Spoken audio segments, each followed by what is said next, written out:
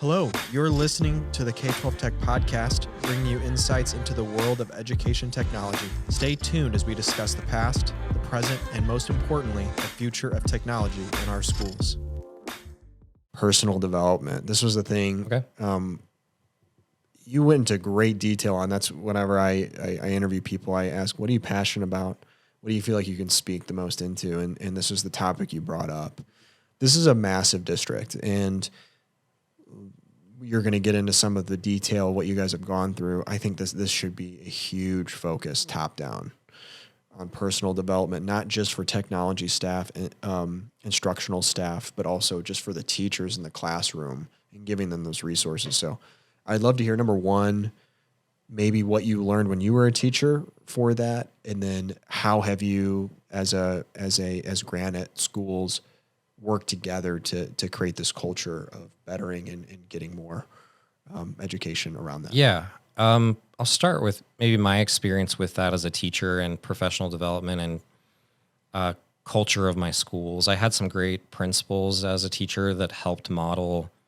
When I was at the STEM school, there was this culture of everyone was excited to share what they were doing in their classroom. Everyone was excited about what they were doing for kids. If they did something that worked, they wanted to tell the person next door. And I really thrived in that, and I liked that, but it was so small scale that when I got into this role, it was kind of like, how do I build that into something that spreads further? I'd been in schools where there would maybe be pockets of innovation where 2 or 3 teachers were being innovative, but it wasn't the main thing that the school was focused on. So some of my efforts started with, we've been very lucky in Utah. Our state legislature has what's called the Digital Teaching and Learning Program, and they allocate per pupil funding for technology and for technology initiatives. Yeah. When I started in this role, that program was starting. So I wrote a grant plan that involved training whole schools, training principals in leadership in blended and digital learning and personalized learning, and starting with leaders. And if I could get the leader on board, then it becomes less of one innovative teacher in a building, and it becomes more of a unified, the whole building is working together towards a common goal, and coaching is super important to that. So some of the requirements of the grant were that each teacher had to work with their technology coach, and it was exciting because we were pairing devices. Those schools received one-to-one devices, but I knew that the devices alone weren't going to be effective. Yeah. Looking at what are all the things that I need to have set up in order to have success with, if you throw technology use at poor teaching, it's not going to have an impact. It has to be effective tech use paired with effective teaching. And so I knew that we needed to build coaching so that teachers would have the resources and teachers would have opportunities to grow and someone by their side, because it can be an intimidating process to learn new things. So that was one spot where we started. I don't know. I could go on and on. Did that start with like a marketing campaign to your teachers? Did that start with you or your staff being like, "Hey, this is this new opportunity"? I just know in education, like you said, it's like a train. It's not quick. Right. How were you getting the information down to your people? Was that through your principals? You said talking about just because what I want to do is listeners who have this to maybe even have a plan. Hey, we did this, it didn't work, but we figured out that this worked. Yeah. So something that I'm pretty, my staff would probably roll their eyes to hear me drop this framework, but I use Noster's model for managing complex change. There are 5 indicators, and I wrote them down so I wouldn't forget. Yeah. But basically, like, you need to have vision, skills, incentives, resources, and an action plan. And when I found early on that when I was trying to push something forward, I was missing one of those pieces. And so I've tried to plan things in a way that I make sure that I have those things. So in this case, the incentive was, how do I get schools on board? Not everybody just has all the time in the world and wants to adopt everything. So the incentive was we would provide schools that signed up with one-to-one devices. So there's a pretty big carrot dangled there for principals of your whole school can get one-to-one devices if you participate in this program, if you're willing to go through this professional development, come to these nightly classes, ensure us that your teachers are willing to be coached. The teacher gets a laptop and they get one-to-one devices for their class if they're willing to learn more and spend some of their own time developing these additional skills. So I tried to build in incentives, build in training, so we knew they had the resources they needed. Tried to share with them what the vision of where we wanted to get, which is we want your students to have authentic opportunities to have real world learning and be connected to each other and collaborate. So I try to assess ahead of time, do I have all of these things in place? Are people resistant because they don't know how, because they don't want to, because they don't have time? I find that the majority of teachers, in fact, every teacher I've ever met, wants to do a really good job and wants to help kids and wants every student in their class to learn. Yeah. But often there are limitations that are out of their control. They don't have time. They have to balance family, like you mentioned. So are we paying them for the extra time we're asking them? Are we building their skills so it becomes less of a lift for them to implement things that we're asking? So I try to think through all of those things anytime we're implementing something new. Yeah. So going through that personal development, can you talk a little bit about maybe like a hierarchy of what that personal development looks like, maybe for administration, then maybe your tech staff and what they've done personal development wise, and then maybe at a teacher level, what those kind of levels look like? So for administrators, we did 3 years worth of cohorts where we had about 10 schools. So we ended up with 31 elementary schools that had one-to-one devices. All 30 of those elementary principals went through a university level program called Leadership in Blended and Digital Learning that was through North Carolina State University. And so they came out of it with their ed tech endorsement. Teachers were being coached every month, at least once a month. My tech staff, we pull them for trainings at least once a month. So we do a lot of train the trainer type stuff. So we started focusing on things like the Triple E framework, building their capacity in what is instructional coaching look like through a tech lens. And so at the same time, we needed to build teachers to have incentives and skills. I needed to make sure I was taking my staff from more of a technical support role to a coaching role. So am I providing them with opportunities to build their skills and build their confidence so that they can coach their teachers? Because I don't have the ability to have FaceTime with 3,000 teachers. Yeah. So I have to do a really good job of developing my staff and hiring staff that are willing to move the ideas forward that we have as a district. And so we do a lot of train the trainer, and we rely a lot on the talent and expertise of our school level coaches to implement that with teachers. Yeah. And then moving to the teacher level, to your point,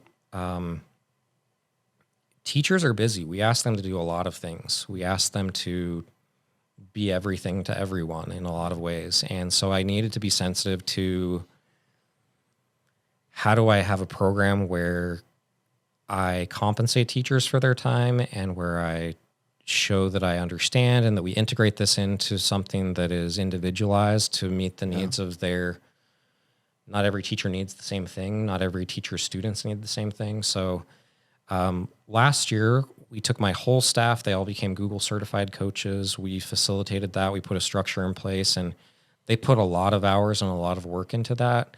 But now I think they're seeing the benefits for that. We're now having opportunities to coach, and they're prepared for those opportunities. Yeah. We built on that, and we've taken the dynamic learning project's impactful technology use indicators, and we are incentivizing teachers through monthly challenges to implement those effective practices with their students. So, for example, they will implement a technology lesson that helps their students to collaborate with each other or helps to build critical thinking. They work with their coach to plan that lesson. They work with their coach to debrief on how it went, and they complete a reflection and share artifacts with us at the district level, and they're paid a stipend for completing those. And that was us trying to take all of these things that we felt were amazing that we were learning about impactful technology use, how do we get those down to the student level? How do we incentivize teachers? Because it's not that teachers don't want to do things that are going to be impactful for their students. It's when do I have time?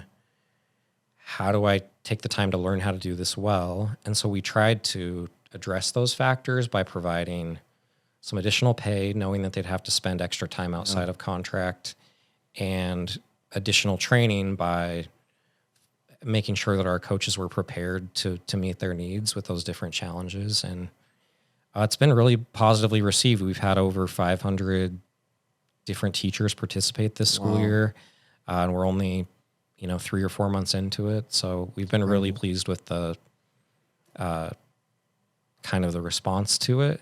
And like I said, we're fortunate we're using that digital teaching and learning money that we're provided through the state of Utah. And that's been, the leadership of our state superintendent, Sid Dixon, and our DTL department at the state level.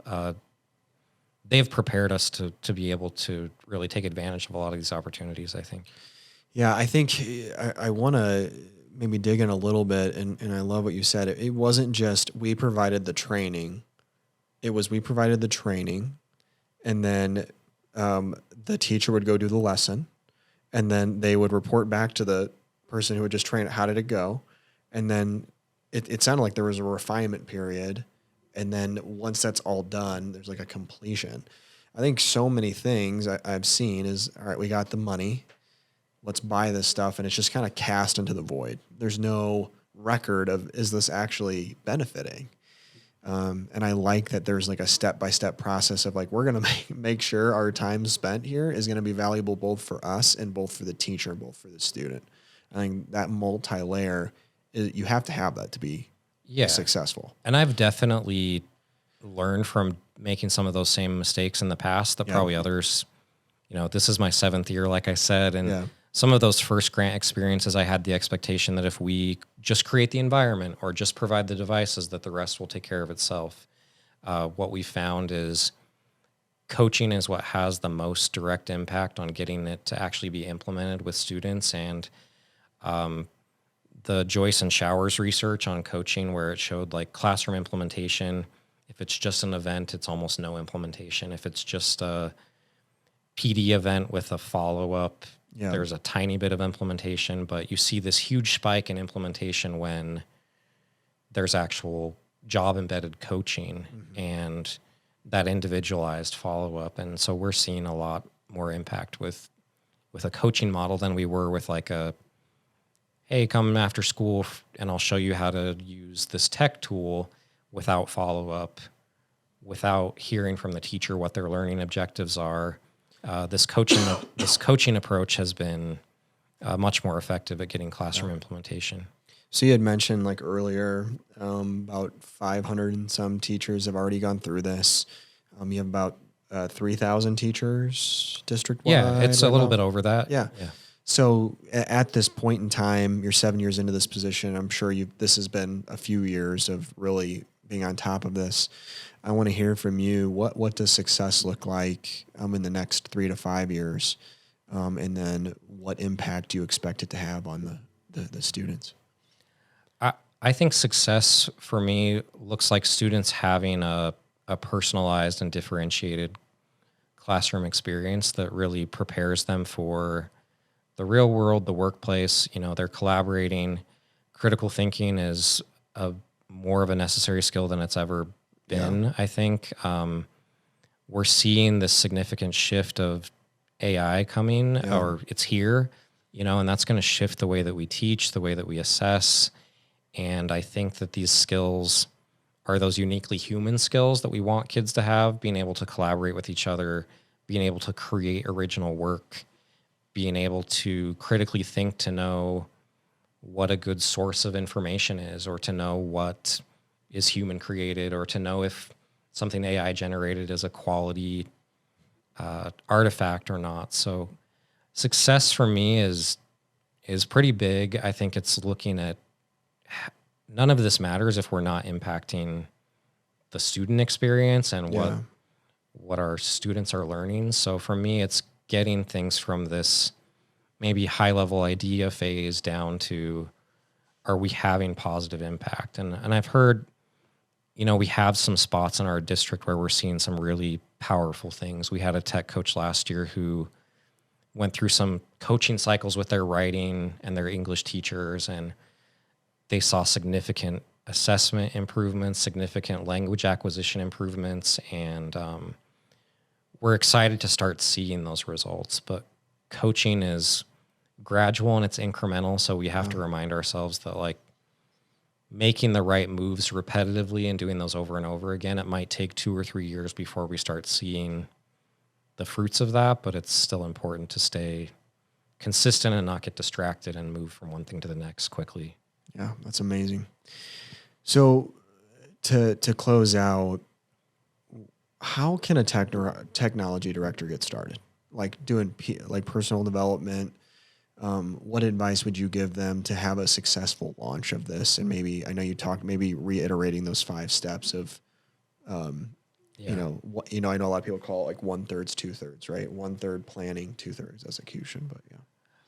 I think being patient and being consistent. There were plenty of times where I thought, like, this is moving so slow, we're not going anywhere. But then there will be these events that occur that all of a sudden everything lines up, and you see the positives of what you've been maybe pressing forward and pushing against, and feel like you're banging your head against a wall. So I think incremental change is the lasting change. And I think just reflecting on, like, if we're getting stuck, is it because my people don't know where I want them to go? Is it because they don't have the skills to get there? Is it because I've distracted them with a bunch of other superfluous things? So it's providing, I think, clarity, opportunities. And I think the biggest thing that I've done, and I say because everything else I think is my team, hiring the right people is the most important thing. Yeah. I've been very fortunate to have really good applicant pools for our position. Our department is a place that people want to work, and that's led me to be able to find really great people. Yeah. And I think your ideas are only going to be as good as the people around you. Yeah. So I think hire good people, listen to those people, get their input, get their buy-in, and move forward with the people that are ready.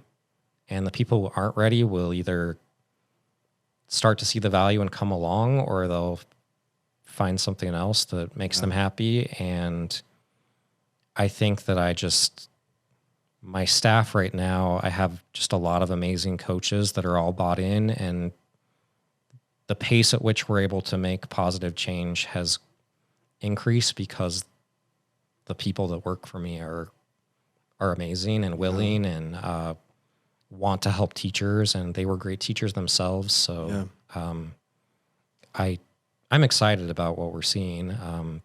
We have great teachers in our district as well that, as you can see by the buy-in that we have to this, the excitement, reading their reflections, looking at their artifacts, I'm constantly impressed by what they're doing with kids. Yeah. I think that's great advice. Just even, we're small, we've got 70 some employees, but it's just like one person can drag down a big group of people, and one really good person can uplift a lot of people, and strong culture will purge the people who aren't in line, because they'll leave. It's like, oh, I don't fit in here. Yeah. And that's really true. I found that I haven't been very successful at teaching adults new social skills. I think you can teach them how to do a job well. I think you can teach them how to learn a new skill. So I do try to hire for culture. Yeah. That resiliency, that positive attitude, the